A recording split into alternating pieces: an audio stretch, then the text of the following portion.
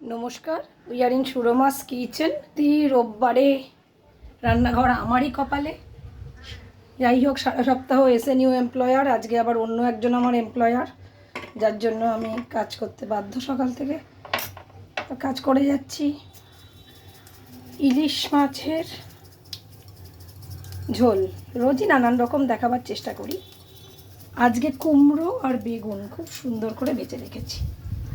আর এই যে একটু আমুলের টক দই ছিল, আমি এর মধ্যে দই একটু শিলপাটায় বেটেছিলাম, অল্প একটু, তো সর্ষে পোস্ত, যার জন্য আমি শিলপাতায় একটুখানি পোস্ত দিইনি আজকে, দুরকম সর্ষে, সাদা কালো, আর দিয়েছি একটুখানি মানে শুকনো নারকোল, আর একটা কাঁচা লঙ্কা, একটু নুন। আর আমি কালো জিরে গরম করে নিলাম, এর মধ্যে আমি ওই লঙ্কা, হলুদ, যা যা মেশাবার সব মিশিয়ে রেখেছি, নুন, মিষ্টি। তো আমি একটুখানি মাছগুলোকে ঠান্ডার থেকে বার করে রেখে হলুদ নুন মাখিয়ে রেখেছিলাম। এই সপ্তাহে বাজার যাওয়ার সৌভাগ্য হয়নি, গত সপ্তাহেই বাজার গেছিলাম, সেই থেকেই আনা মাছ এগুলো। তো সেগুলো একটু উল্টে পাল্টে ভেজে নেবো। ইলিশ মাছ বেশি ভাজবো না, কিন্তু উল্টে পাল্টে ভাজতে, যেহেতু ভেতরে ডিমটা আছে। ছোটো মাছ তেল সহজ বাঙালি রান্না from Shriram we are giving you a video simple Bengali recipe. Please do like, share, subscribe us. Please help us to survive. খান, খাওয়ান, সুস্থ থাকুন, ভালো থাকুন, আর অবশ্যই আমাকে লাইক শেয়ার করুন। আমি ইলিশ মাছ একই রকম রান্না, তবুও বারবার রান্না হচ্ছে। পরিবার করে আমি চলে আসছি সেটাকে নিয়ে। কুমড়ো বেগুন ভেজে রেখেছি, এবার আর তিল দেবো না, কালো জিরে দিয়ে করব। কালো জিরে, কাঁচা লঙ্কা, অল্প লঙ্কার গুঁড়ো আমি দিতে থাকি, আর আমি দেবো সর্ষে, নারকেল বাটা। খুব অল্প পরিমাণে হলে শিলপাটাতেই বাটা ভালো, বিকজ না হলে সেটা ভালো হয় না।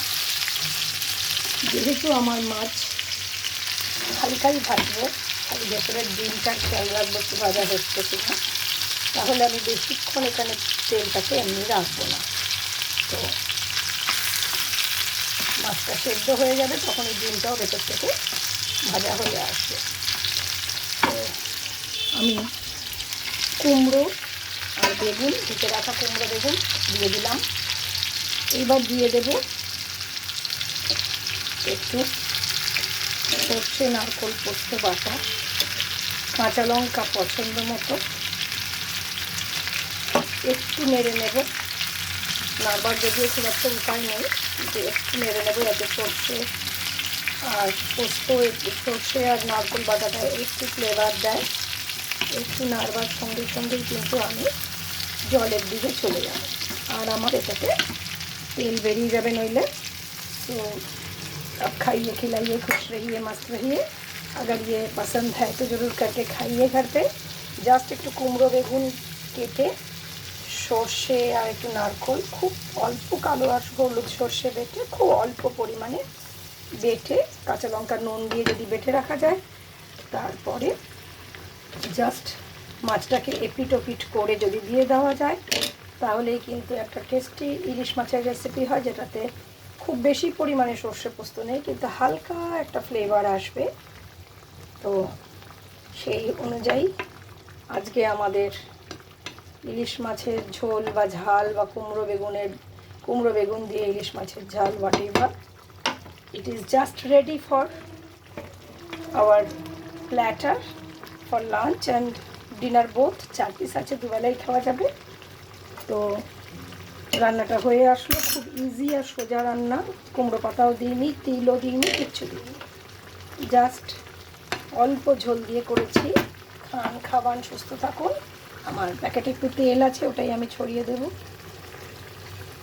কাঁচা তেল সবসময় খুব টেস্ট করে, ইলিশ মাছকে দিয়েই কিন্তু বন্ধ করে দেবো। জাস্ট রান্না কমপ্লিট বাই 5 মিনিটস। একটু প্রিপারেশনটা করে রাখলে খুব সুন্দর খেতে লাগে। আমি অল্প একটু কাশ্মীরি লাল, একটু হলুদ দিয়েছি, আর সর্ষে পোস্ত বাটা, সর্ষে বাটা মেনলি, আর নারকেল দিয়ে আর কাঁচা লঙ্কা দিয়ে ওইটাই দিয়েছি। হালকা করে ঝোলটা হলো, খুব বেশি কিন্তু আমি এর মধ্যে সর্ষে বা পোস্ত বা হোয়াট এভার নারকেল দিইনি, হালকা হালকা ঝোল। तो खाइए खिलाइए खुश रहिए मस्त रहिए। अगर ये पसंद है तो ज़रूर करके खाइए घर पे, मेरे को बताइए ज़रूर। लाइक शेयर एंड सब्सक्राइब कीजिए। আবার আসবো খুব শিগগিরই। শিগগিরই বলতে আমার 7 দিনের আগে হয় না, রোববার দিন যখনই আমি রান্না করব, যাই রান্না করি দেখিয়ে দেবো। ভাদ্র মাস এখন তো লাউ খায় না, নইলে ইলিশ মাছের মাথা বা মুড়ো যাই রাখা আছে সেটা লাউ দিয়ে করা যেত, কিন্তু করব না। চাল কুমড়ো বা সাঁচি কুমড়ো দিয়ে করা যায়, বা এমনি কুমড়ো আলু বেগুন তরকারি, ওটা পিয়া ভালো পারে, যেদিন আসবে করবে। ব্যাস, ইলিশ মাছের তেল আমরা খুব সুন্দর করে ভাজি, পেঁয়াজ আদা কাঁচা লঙ্কা রসুন কুচি পোস্ত গুঁড়ো দিয়ে ওটাকে আটা দিয়ে মেখে ভাজি, সেটাও খুব ভালো লাগে খেতে গরম ভাতে। তো আজকে ভাজা নেই, আজকে এটার সাথে আর লেফট ওভার কিছু আলুর দম কাঁকরোল পোস্ত এসব অনেক বেশি বেশি রান্না করা আছে, পিয়াই করে রেখেছিল, সেগুলোই আজকে খেয়ে উদ্ধার হতে হবে। সঙ্গে ইলিশ মাছের ঝাল। রৌদ্র করজ্জ্বল দিন, সকাল 12:30 দুপুর 12:30 হয়ে গেছে। এবার আমার স্নান পুজো একটা পেপার প্রেজেন্টেশন সেও ডান, তো সব করে রান্নাও ডান। এবার খেয়ে দে ভাতটা করবো, খেয়ে দে বাসন মেজে ঘুমোতে যাব। Thank you for watching us, please be with us, please help us to survive. ভালো থাকুন, আবার আসবো ফিরে, দেখা হচ্ছে শীঘ্রই, বাই।